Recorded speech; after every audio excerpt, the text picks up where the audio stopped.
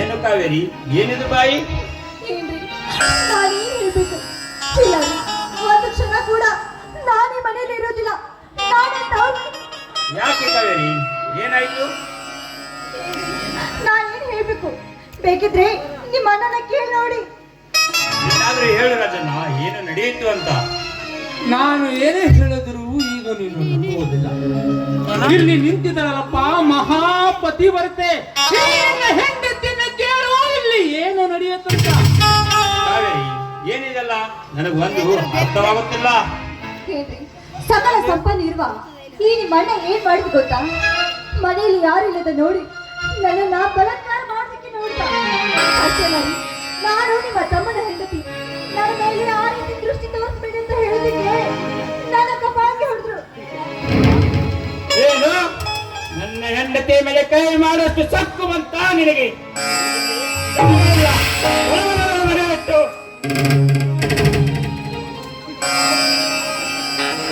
ಹೋಗುತ್ತೇನಪ್ಪ, ಹೋಗುತ್ತೀನಿ.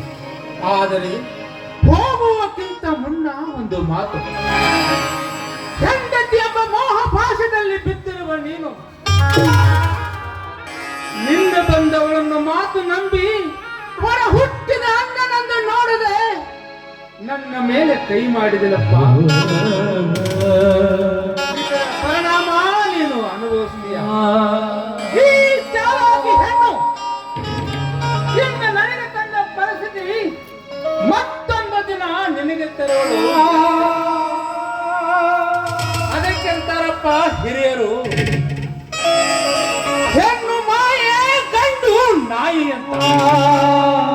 ಬರ್ತೇನಪ್ಪ,